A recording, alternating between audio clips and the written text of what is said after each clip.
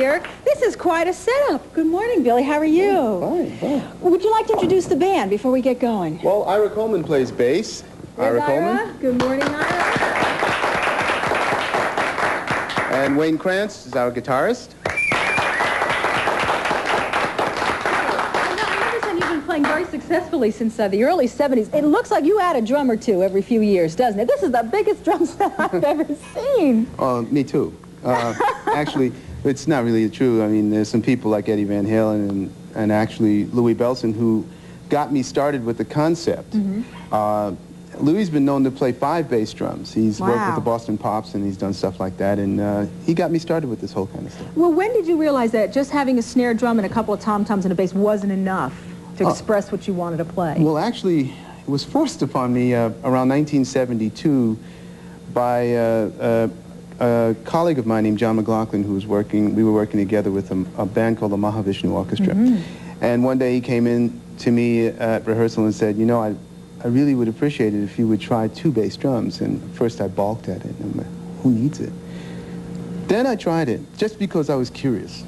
Because I used to see a lot of people, aside from Louis, who would just play a certain way and didn't seem to get anything out of it for me. It seemed like a lot of energy. But I found that if you have a concept, if you have a direction, something in the mind that allows you to hear for the different components in the set, you can have as many drums as you want. I also understand that by having so many different drums and they're hitting, I would believe, different notes, you almost can get a sense of melody by playing a percussion instrument. Oh, yeah. Can you hit 1 or 2 and show us the difference? Because there's so many here.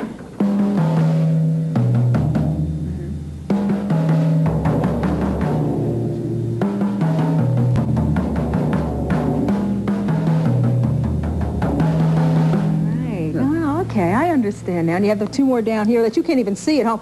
Sometimes when you're playing different gigs with different bands, Billy, do you actually add more or take away some? Oh, for sure. Working with groups, like when I work with Peter Gabriel's people, I might play with a very, very small drum set because we're working not necessarily in a rock and roll concept. Working with percussionists, other percussionists, African percussionists and all, you try to design the drum set environment to suit the purpose of the project.